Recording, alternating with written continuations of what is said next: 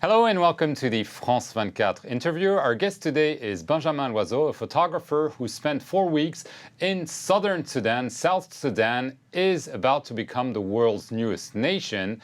On July the 9th, thank you very much for being on the show. We're going to see some of the pictures you took. They were published alongside an article by writer Jonathan Little in the weekend magazine of Le Monde. It's called A State Without a Nation, Southern Sudan. And we're going to begin with one picture on the day of the referendum, January 9th. And you see all this crowd of people. Yeah, it was on the opening day, on the 9th of January, and people were really willing to vote on the first day, on the opening day, even though they could vote for the whole week. But they were really willing to vote that day. It was really important for that. So they were all wearing the best clothes and they like going to church. Exactly. They could wait for hours and hours in the sun. It didn't matter. There was so much hope that day. They were finally having their own destiny in their hands. So it was really important for them to vote on the 9th. So that you can see on the picture that they all wearing the best outfits. But this woman is keeping the queue because she's pretending to have. I mean, she actually has a baby and a voting card. So she passes in front of everybody. I think everybody could have done that because they all have at least one child. Right. Anyway. Right. And so there was a lot of turnout on that day, and nearly everyone voted for independence, including the second picture, this elderly man. Can you tell us about this? This man is showing me his hand because on the vote, on bulletin vote, you had two signs, whether you would say yes for independence or no. On the yes, it was an open hand like this. So I was taking pictures, and this man just showed up to me and stood in front of me very politely and just showed me his hand in sign of independence. So we didn't even talk. I just did just his pride. Yeah, he was just proud, and we just looked at each other because we couldn't hardly talk anyway. I didn't have any translator at the time, so it was just a really proud moment. He just wanted to show me his hand for independence. Right. And the vote went rather smoothly despite fears that it would go astray. It went really well. Nothing special came up. 99% almost of people voted for independence. And no, the whole week was a lot of hopes and very good energy and smiles and enthusiasm. It was a beautiful moment. From the smallest village to Juba or anywhere all over the country, because we went to many different places the whole week. It was pretty well organized, I must say. Okay. The third picture is about an issue that's come up. It's refugees coming back to the south from the north. According to the United Nations, around 360,000 have left the north of Sudan to come back since October. And we see a beautiful shot, actually, of a truck and people alongside. Can you tell us about it? Yeah, they were actually returnees that had left South Sudan to go and work and spend their life in the north.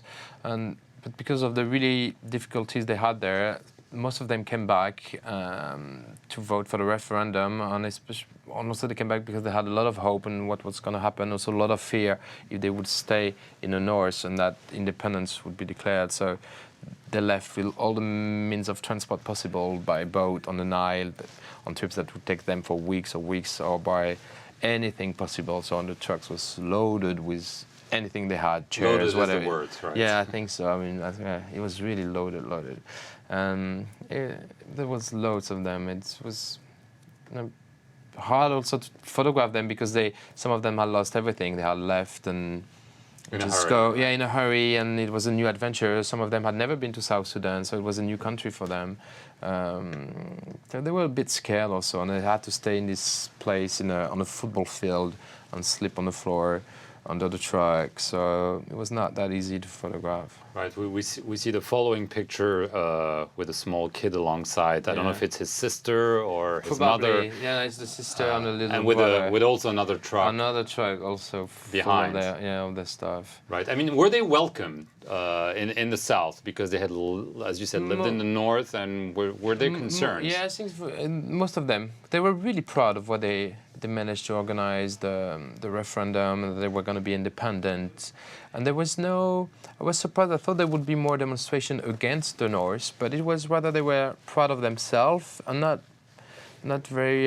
They were not trying to get any revenge from the Norse. They were just, happy to get rid of the Norse and to end up 30 years of war. But the authorities from what is going to be southern Sudan, I mean, is there a concern about how they can cope with all those people coming back? They were supposed to have more organization and more money was given to that, but actually on the field, they were on their own. Nothing was actually really well organized, I must say. So for them? Right? No. It was really difficult. Okay. We're going to go to the next picture, which is striking pictures and which illustrates some of the dangers. It's not only the tensions between the north, but it's tensions, sometimes very local tensions. Yeah, so tell us about it. A lot of tension in between the south. This is like a stick in the middle of nowhere, out of the desert. You had to drive for hours just to get there, and it's the symbol of the border between the Malay and the Dinkas.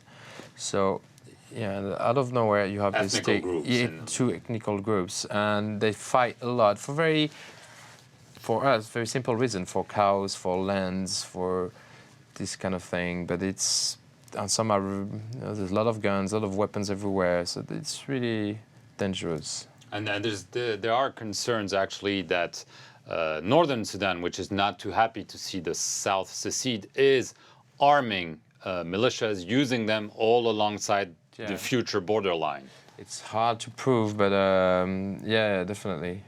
The North is quite happy, I think, to split people in the... Right, divide. To divide a little bit, right. Yeah.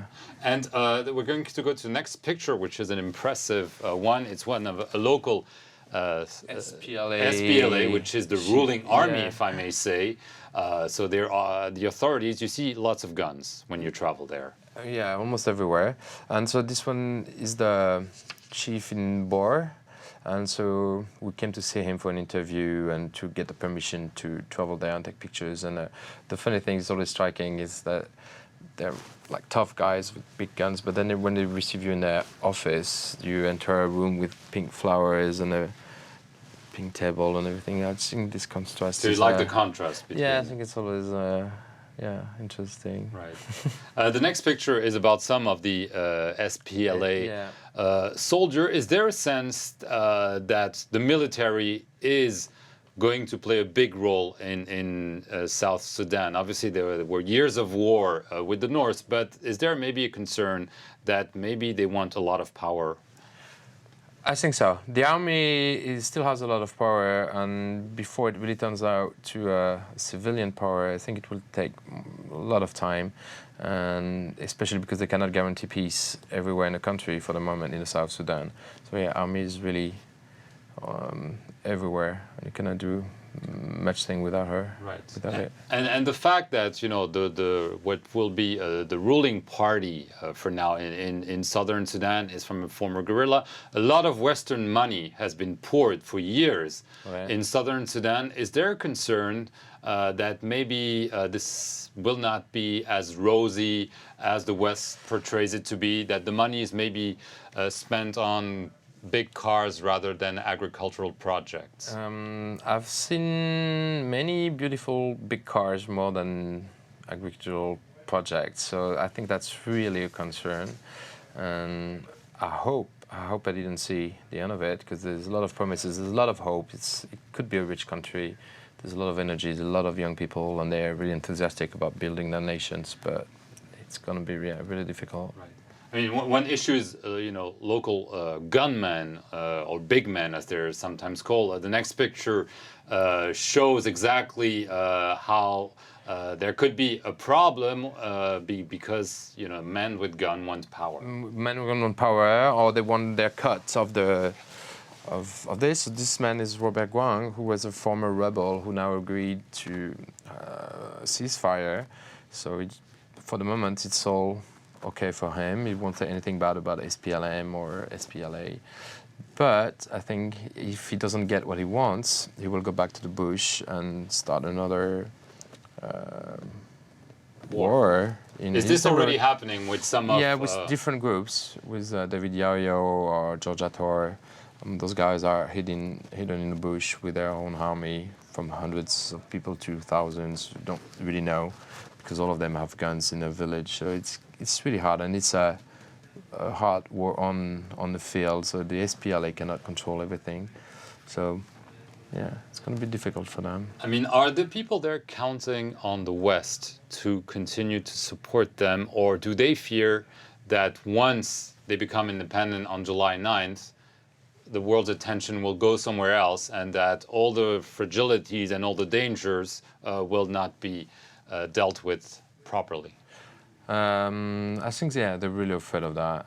That once after the 9th of July, they will be left on their own. And probably it's something really basic, but during the rainy season for the whole summer, probably nothing's going to happen because it's so difficult to move. But I think in September or October, we'll start to see, I hope not, but a lot of uprising or rebellions starting all over the place.